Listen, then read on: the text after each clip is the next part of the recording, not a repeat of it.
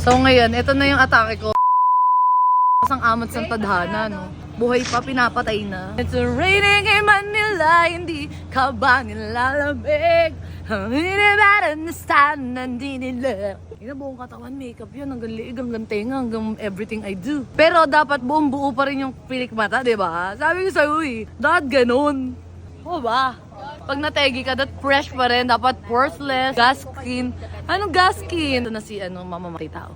Hello, thank you sa coffee Wow. Hi everyone. Lahat- Ako po si Mon Confiado at ako ang kontrabida ngayon ni Miss Herlene. Isa. Ang ganda pa rin, no? Minumulto ko siya.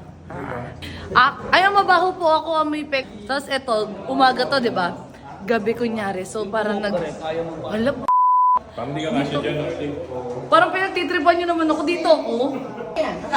Dead weight. Okay, galing. Ganda niyan. Ay, ang galing ko. High five. Ay, Ito yung Anong shot ng ganda? Asa ba si Mike? Ganun ka.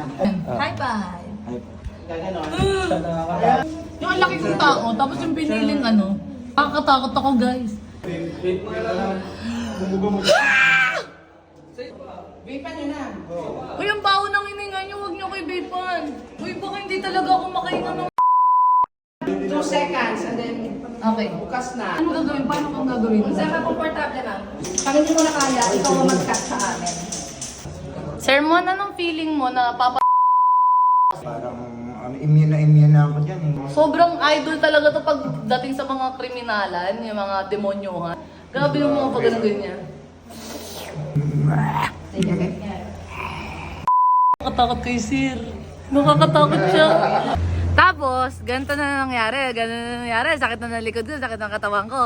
Tapos, pinutuan ako, magtatanggal ulit ako ng mga puti sa katawan ko. Pagkatapos, anong gagawin? Magme-makeup ulit. Ganun talaga. Para mag-swimming. Para mag-swimming naman, buhay ulit ako. Ang galing talaga. Sino ba talaga si Alice Go? Ha? Alice Go, maming ka na. Nahirapan na ako sa'yo.